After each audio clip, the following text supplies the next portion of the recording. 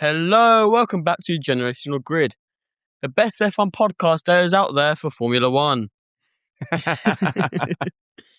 And today we're going to be bringing to you the what is it exactly, Dad? Non-professional comments and thoughts. About the Monaco 2026 Grand Prix. And because the cheering on the app's rubbish, we just go, yay! We're in the studio, that was all the people. Yeah. Okay, shall we, where do we start? You can tell we've really prepped for this. Yeah. I did write a list of things down, but I don't think we really need to go into it a lot, actually. So let's narrow this down let's start off with Antonelli. And let's just 5 in a row. Go down from there. So we went into this weekend, I think everybody went into this weekend thinking it's Ferrari's weekend. Yeah. And in P1 and P2 on Friday, it was looking to be Ferrari's weekend. They had 1 and 2 in both sessions. Yeah. Swapping the 1 and the 2 around with Leclerc and Hamilton. Mm-hmm. And then we got into qualifying and Antonelli and Verstappen just come out of nowhere. Yeah, from nowhere. Yeah. Antonelli with another podium. Mm-hmm. Paul Russell in the same car. Was he 5th or 6th? Did he qualify? Did he qualify 6th? Yes. So he qualified 6th. Oh yeah, because Hadshaw was 5th. Yeah. So it was Antonelli. It was Antonelli. It was Verstappen, Hamilton, Leclerc, Hadshaw, and 6th. So this was a weekend that Russell really needed to at least win. Yeah. And start clawing back the gap from Antonelli.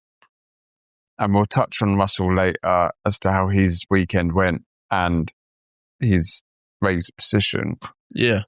But just quickly, the fact that Russell got lapped by his teammate, it's not a good weekend for Russell. And actually, while we're on Russell, let's stay on Russell and bounce back to Antonelli. So Russell is now 68 points behind Antonelli. Yeah. Do you think he can catch up? No. That is the only way to put it. No. Well, yeah, I think you're right. Because when it was 40-odd points, I can't remember what it was before this weekend. I can't remember. No driver has ever clawed back those points to win a championship. And now it's 68. Yeah. So unless something seriously happens to Antonelli during the season, I think Antonelli's the champ already, in my eyes. Or, hear me out on this, Hamilton can claw back. Again, Hamilton's only 2 points in front of Russell. So that's 2 more than Russell, though. Yeah, but if no one's clawed back from 40-odd points back, the chances are of 68 or 66. But you never know what could happen. Exactly. This is F1. Antonelli's won 5 races in a row. Someone else could win 5 races in a row. Yeah. I mean, like, look at last year with Piastri. By mid-season, everybody's saying, oh, this is Piastri's season. Norris is nowhere. Yeah. And since the midway point, Norris has clawed back. Norris crawled back and won it, and Piastri was nowhere. So I guess it's a long season. Yeah. There's rumours that the 2 Grand Prix that had to be cancelled could potentially come back. So that's another possible 50 points up for grabs if it does. That. But I can't see Russell coming back from this. This must be mentally hard for him to accept. Oh, yeah. I mean, it would be for holding me as well if I was in Russell's position. If I was Russell, I'd probably be like, what am I doing? How am I letting Antonelli beat me and lap me and all that? Because with Hamilton away, I bet Russell was stepping into this season wanting to be like the bigger brother on Antonelli. Yeah. I'm the leader of this team. This is my year, my car, my championship. Yeah. And he's nowhere. Nah. He's absolutely nowhere. In fact, and this is what will be even harder for Russell. When Russell was the Mercedes kid, he had to do, 3 or 4 years at Williams? I think 3 years at Williams. Yeah, 3, I think. And then finally got into Mercedes for 22. Yeah.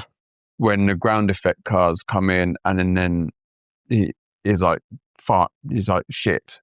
Yeah. Finally got a Mercedes, and it's crap. and now he finally gets a good Mercedes, and he's nowhere.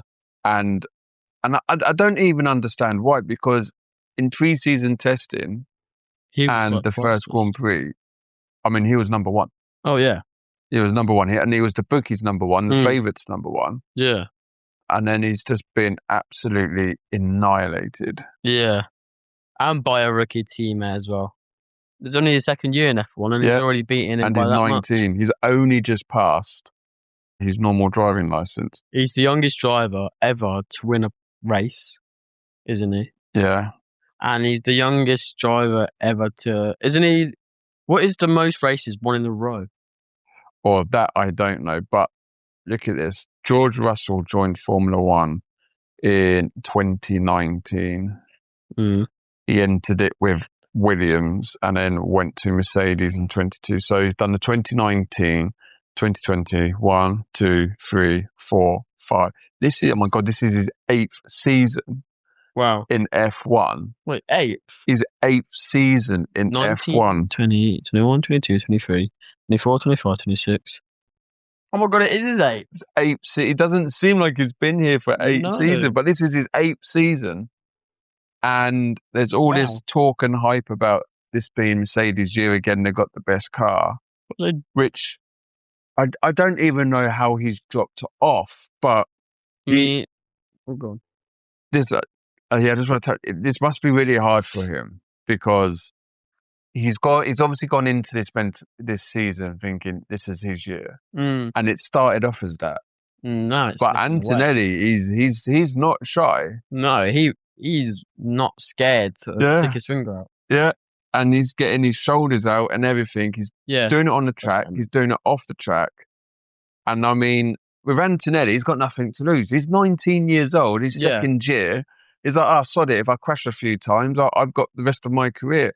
Russell's been here for 8 years. Yeah. This is all Russell's pressure. And if Russell gets beaten by his rookie teammate of 19 years old, it's not going to look good on him. It's going to damage his reputation. Exactly. And when Mercedes does eventually get rid of him, where's he going to go? Because if that's how bad he was doing in Mercedes, what's he going to do at a different team?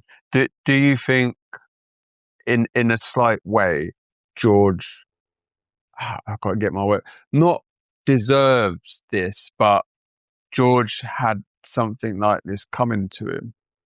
In a way. Let me put some context around that. I know what you mean. When he was Lewis Hamilton's teammate, he was like, I'm beating a 7-time world champion, you know that? No. He was being cocky. He also said that if he had joined Mercedes in 19, 20, and 21, he would have beaten Lewis Hamilton. Yeah. So he was being all cocky, all big-headed and all that kind of stuff. And now he's had a wake-up call. Yep. And by a rookie as well. And I know he's a Brit, but I there's something about George I dislike, and I think it is his character. And when he's on the radio, and I know all F1 drivers moan, but when he's on the radio, he really moans. Yeah. I know what you mean. Just does it over the OTT moaning. Yeah, I mean, what's the current championship? Let's have a look. 132, 97, 95. I think. So Antonelli is 156. Russell is 88. Wow. I can't see it. No, neither can I. And if you took Antonelli out of this, do you know what? No. Do you know what? I wish Lewis stayed at Mercedes. No. I wish Mercedes offered him a long-term contract that he wanted. There's the only reason why he didn't. It was a 1-year rolling contract. And I wish Mercedes went down the route. Do you know what, Lewis? You're our boy. You've been with Mercedes since you was like a kid. Yeah. Antonelli's our new boy. We want you to be the father figure to him, but you're free to race, and then boot off George Russell. I wish they went down that route. You know what? I don't think you're right. I'm going to disagree with you. You like Lewis and Ferrari? If he had never went to Ferrari, where would the wake-up call have been? Where would it have, the wake-up call was when he went to Ferrari, realising that he needed to step up a bit more and do better. So I see what you're saying. You think going to Ferrari has done him good because it's been a change of scenery. Yeah. Right, yeah, And I get for that. everyone, a change of scenery, it's all they need. I get that. And I guess he also is gone to a challenging team because it's Ferrari. Yeah. Alonso went there to come champion, didn't. Vettel went there to come champion, didn't. Leclerc is like the Ferrari kid, like Antonelli's to Mercedes, and has signed a multi-year extension. So Hamilton's not just done a change of scenery, but has put him in the firing line. Because he's racing for Ferrari and they expect nothing but champions. Yeah. Despite never having a great car. And he's gone into a team which is fully wrapped around a younger driver, Charles Leclerc. Yes, but if you think of it, if Hamilton finishes ahead of Leclerc this season, they're going to focus on Hamilton because he's the one doing better than Leclerc. I do. I hope they don't. I hope they keep it 50-50. I hope they focus on Hamilton. Like this year, this car for Hamilton, he's had input to it.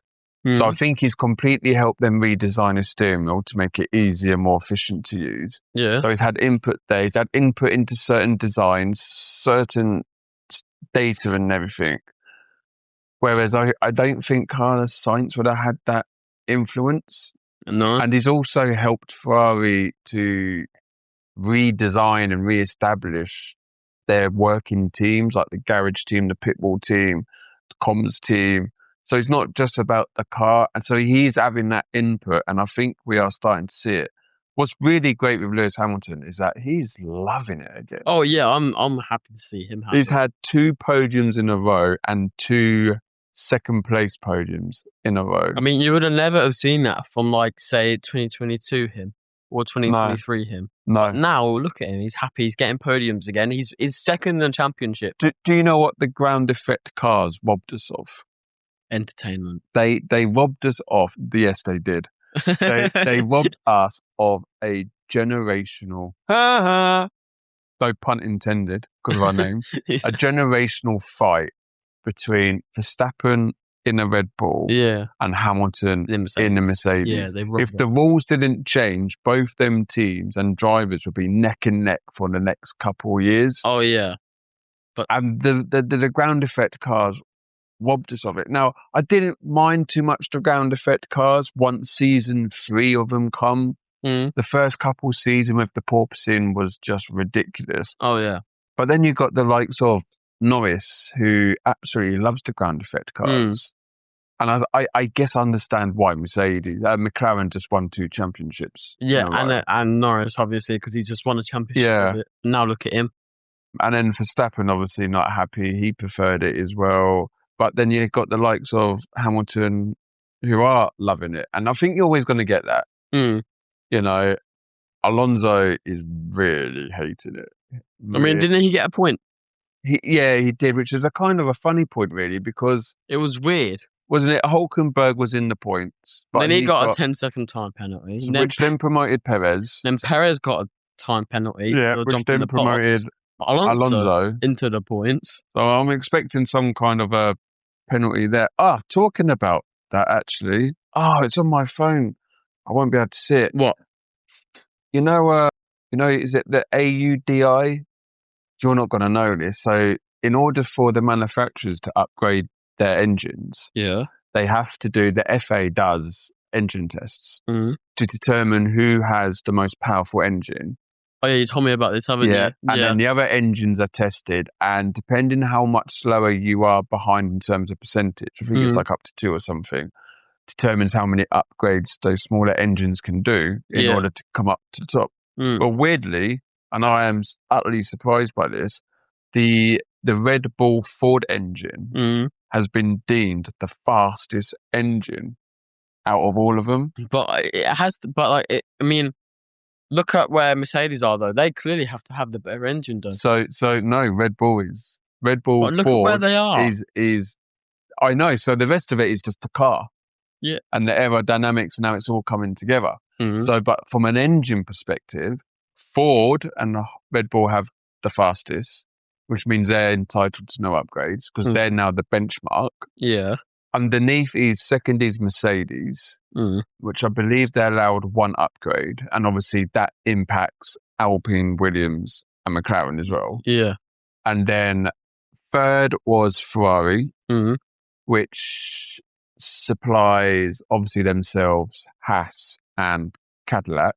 Yeah. And they're allowed 2 upgrades, which is great because that's what Lewis wanted. But the thing is, with the engine upgrades, they take so long. By the time they're on the car, it's the end of the season. Yeah, Lewis said about 8 months, but I like to think it won't.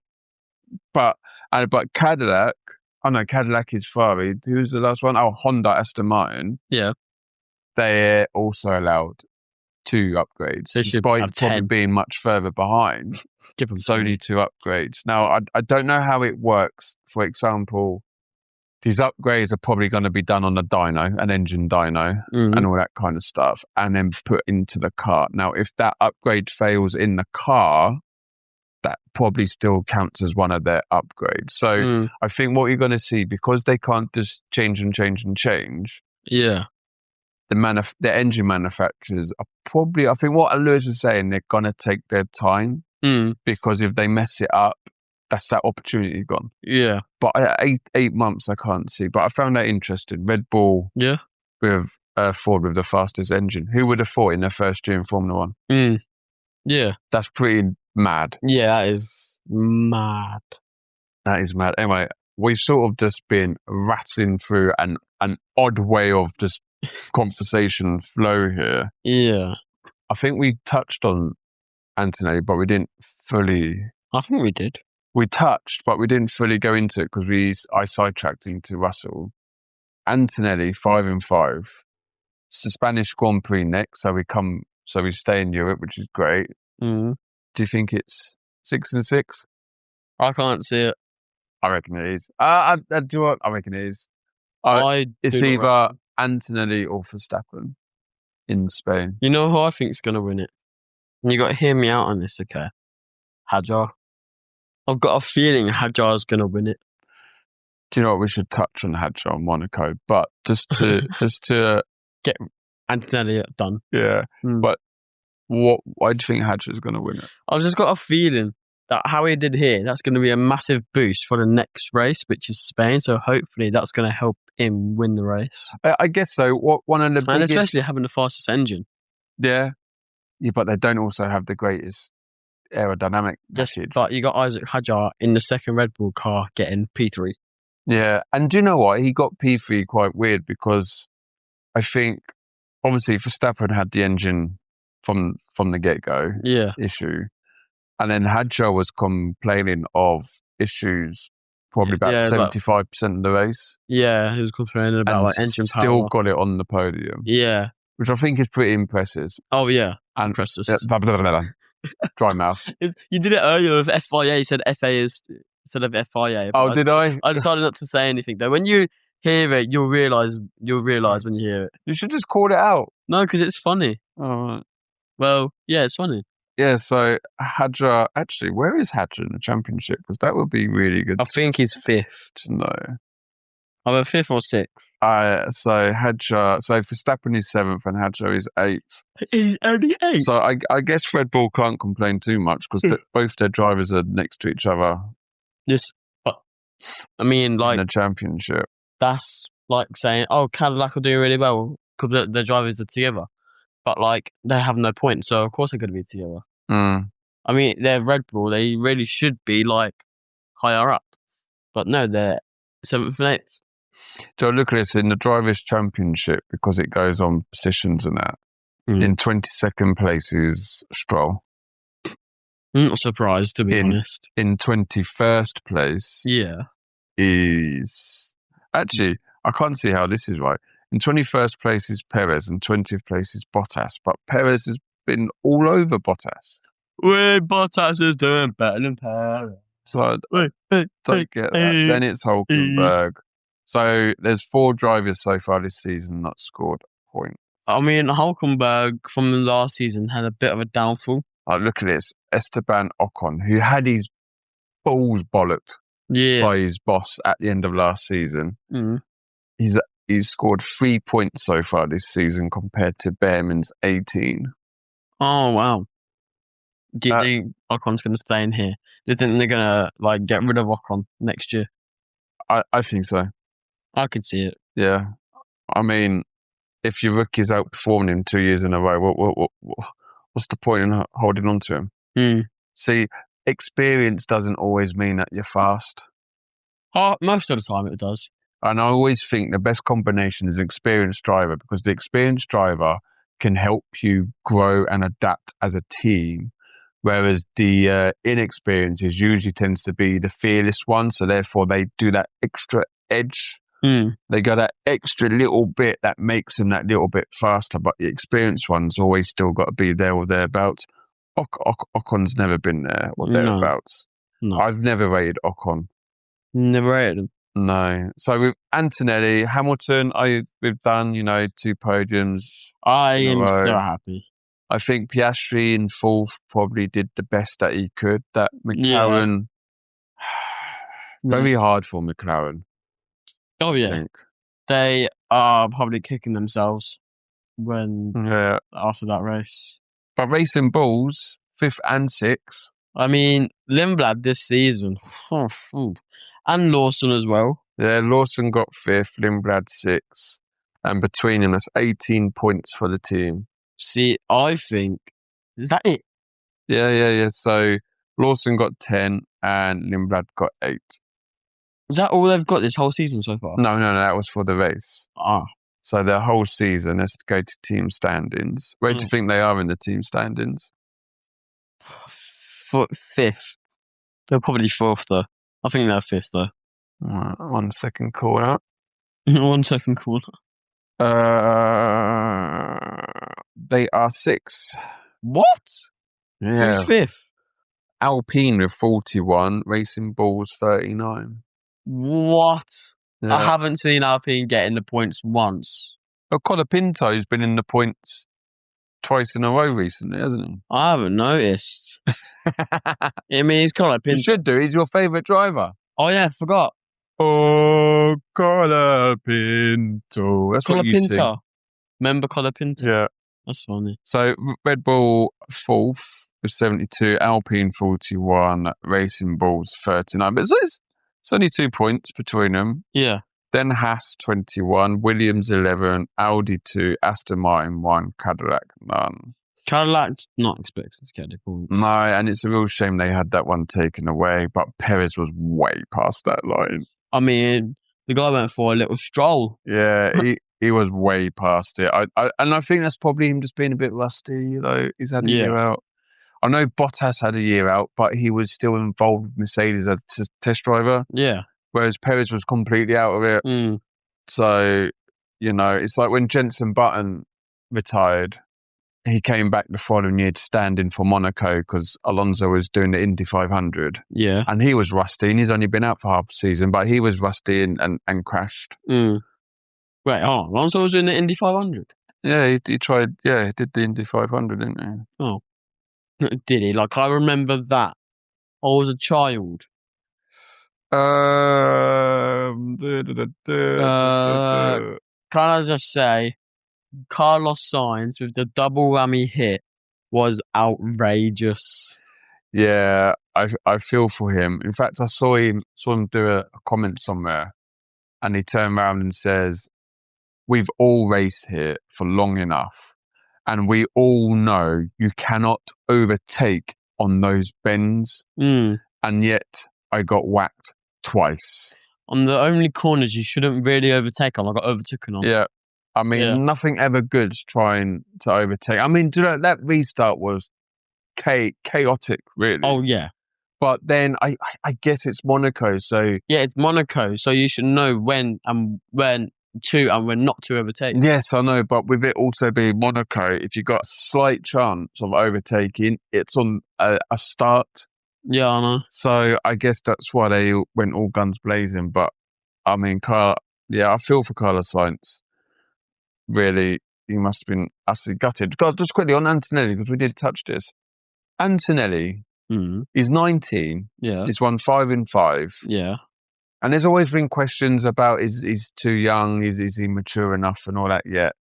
But, like, if you tried to put him in his shoes, where would you think the pressure would come from? Is the pressure would you think the pressure is chasing someone or leading a race. And what I'm trying to say is... Yeah, I don't know what you're saying. Before it was red flagged and stopped, he pulled out a 30-second gap. And then when it was restarted, he pulled out over a 6-second gap. And I believe this is right. And on the last lap, they told him, can you just bring it home? He kept being told to slow down. Yeah. Because he was taking risks. He go, can you just bring it home? And then he still went in and put in the fastest lap of the race. They don't do fastest lap points anymore, do they? No, they don't. Then what's the point of getting the fastest lap? Because it goes on the F1 record. You know, like when we do fun facts, you've got the fastest ever lap. You know, it's still on record. Yeah. But I mean, the guy is showing no weaknesses at the minute. And his only weakness is oxygen at this point.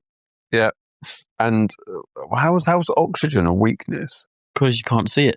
Oh, that makes no sense to me. Oh. But I mean, if he's driving Monaco, the gaps that he pulled out, that's championship material to me. Yeah. So I think he deserves it. Some people have won an F1 championship with only winning one Grand Prix within that championship. Are you on about Kimi Raikkonen? Oh, I don't know what one, but I'm pretty sure that's a fact. And already Antonelli has won 5. I mean, what a coincidence is that? Kimi Raikkonen won a championship, didn't he? Kimi Raikkonen? Yeah. Did he not? 2007. Yeah. And then you got Kimi Antonelli winning a championship. So there's 2 Kimis there winning or kind of winning championships because Antonelli hasn't won yet. But I think it's clear Antonelli is the better and should be the championship winner this year. But you never know. Something could happen. Like last year, it was Piastri. Then it was Norris. And then people were expecting Verstappen, like you were. They expected Verstappen to win because he was getting in the groove. And then he didn't win. And Norris won. So I think it's going to be a Piastri start, so Russell, and then Norris, which is Antonelli, then Verstappen, which is Hamilton, but there's going to be just that slight bit where Hamilton doesn't win. That's what I'm thinking. Because it's feeling like that right now. Yeah, it is. You got one driver at the start of the season who was doing really well. Now their teammates doing really well. And now someone from another team's starting to do really well. So a guy called Mike Hawthorne, a British F1 driver who won the F1 title in 1958. Oh my God. And I believe he only won one. Yeah, he won one race. Oh. And I think also maybe Keke Rosberg in 1982. But I'm struggling to see that full stat. Isn't Keke Rosberg related to Rosberg? Like Nico Rosberg. Nico Rosberg. Yes, father and son, my friend. I couldn't remember his first name. Okay. He hasn't... Look, okay, it's been a few years since he's been in F1. Give me a break. Give moi a break. I don't know what you're doing, Dad. Yeah, sorry, I was doing some Googling. The crashes of Leclerc and Stroll at the same corner. With Leclerc, yeah. That's a bit of an odd one and quite a funny one, because Leclerc was really blaming the brakes. Yeah. These fucking brakes, they're fucking shit. Yeah. And it turns out to be the tarmac is breaking up, which you also wouldn't expect. No. To be honest. So they're both... Throw that away because it's going to come up in the microphone. But yeah, you just wouldn't expect the tarmac to break up. Who was the first one who crashed there? Was it Stroll? Stroll. Stulovic. Stroll. It's a shame because Leclerc was on for podium finish with 3rd, which would have been great for Ferrari. Yeah. But no. Crashed. Blamed the brakes. Got a red flag.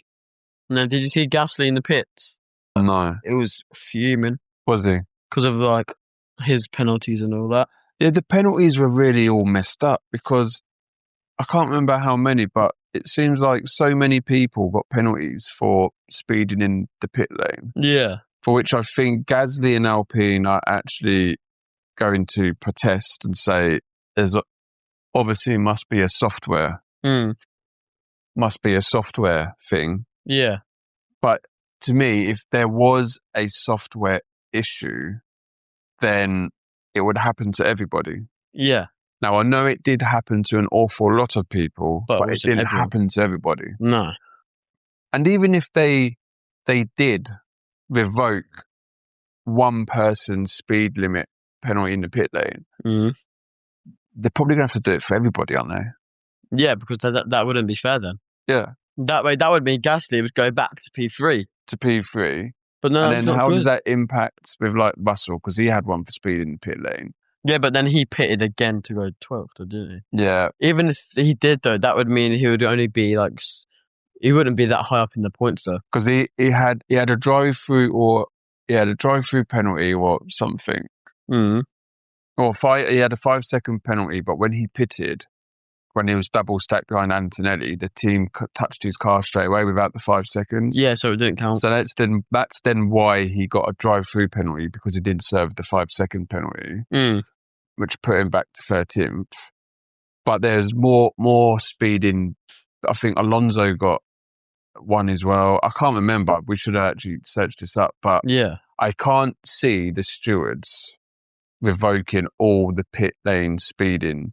Even if there was a software issue or not, the question is, if there was a software issue, it would have happened to everybody. Yeah. So why didn't it happen to everybody? And I always think the stewards get off scot-free on all this. Yeah. Because if an F1 driver makes a mistake, boom, they're fined or got 5 seconds or stop-start or drive-through. Yeah. All that, yeah. If the stewards make a mistake, nothing happens. No. So who's policing the stewards? Who's holding them to account to make sure that they do a top-notch job? Martin Brundle. Random. And Ted Graffett. Ted Graffitts? Did I pronounce that right? I don't think I know. Ted Crawfords. Or just Crawfish. I don't know. Yeah, I mean, not much. I think things to look out for. I think this is Anthony's season. Hamilton season. I think this is Anthony's season, as clear as day.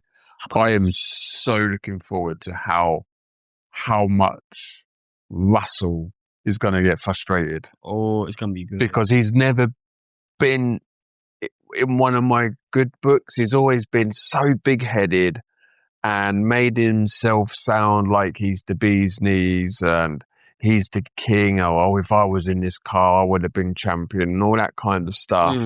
Disrespecting his teammates and all. And I don't like that.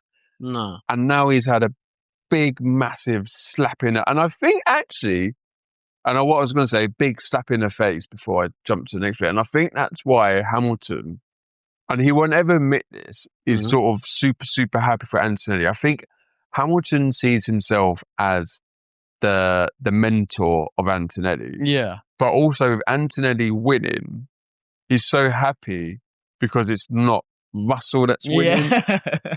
And I could see that. I think what was the race when all three of them was on the podium? And you can tell that Lewis was very heavily focused on Antonelli and just boshed Russell to the side. Yeah. And I think he's had it coming. Oh, yeah. I think he's seen it coming. Yeah. I mean, he's probably seen things. That's why he's not doing the greatest, because he probably thinks it's right. And it's true, because it is. You're someone who tried to act all big, and then you got put in your place, so you don't know what to do. And then let's just say, well, he knows what to do. He's got to drive car faster. He's got to win. But but I don't think he is. I think even if to the end, I'd love to work this out.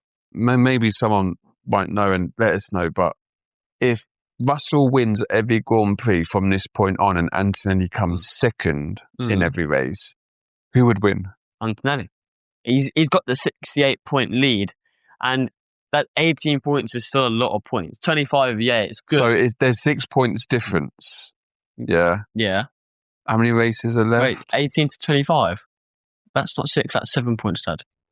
That's simple maths. 7 points. Oh, is it 7 points difference? So or is it 24 points? 24. No, it's 25. Yeah, I'm trying to get the full schedule up here, but the F1 website is just absolutely shockingly bad. Don't want me to use my phone? Take care of that. Right, where are we? Right. So we got 1, 2, 3, 4, 5, 6, 7, 8, 9. 6, 7. You've put me off. 1, 2, 3, 4, 5, 6, 7, 8, 9, 10, 11, 12, 13, 14, 15, 16. So there's 16 races left. You know what race I'm looking forward to? 16. So do 7 times 16. 7 times 16. Where's your calculator? Making me do 7 times 16. Because if Russell does win every race and Antonelli's second from this point on, that's 16 sevens. I'm sorry. Go on, what is it? What was it? 7 16s. 7 times 16. 112. So Russell could win it that way. The likelihood of that happening is... Wait, what do you mean 7 times... What? Where does the 7 times 16 come from? I know there's 16 races. 16 races and 7 points difference between first and second. Oh. I don't think he's doing it. No, he's not going to do it. No. I mean, Alonso's got a better chance. But Spain next. Looking forward to it. It is June the 12th and the 14th. Something was happening that weekend. Are you out? What do you mean? Where? You got an RAF thing then that weekend. What? Where, when is it? June the 12th. 12th? Was it? This is next weekend, isn't it? No, it's not next week. Oh, it's in 2 weeks. No, it is this weekend. Yeah, it's this weekend. So it's this weekend. This weekend. Nanny and Granddad's TV. Oh, yeah. Right, let's wrap it up there. Shall we try and do a Spanish pre-warm-up show on Thursday? We could try, because we've also got to try and get ready for the weekend. So let's do one on Thursday if time allows us. Yeah, we'll try. Anyway, let's say goodbye. Over to you. Thank you for watching the Generational Grid F1 podcast / the best one out there. If you've enjoyed it, like, comment, subscribe from wherever you're watching. Follow us.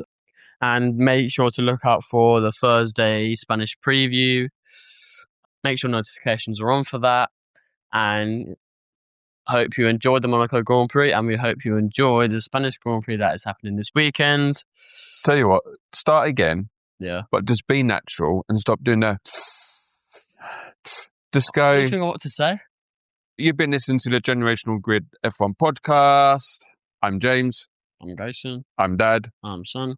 And we see you on the next one. See you on the next one. Goodbye for now. Bye.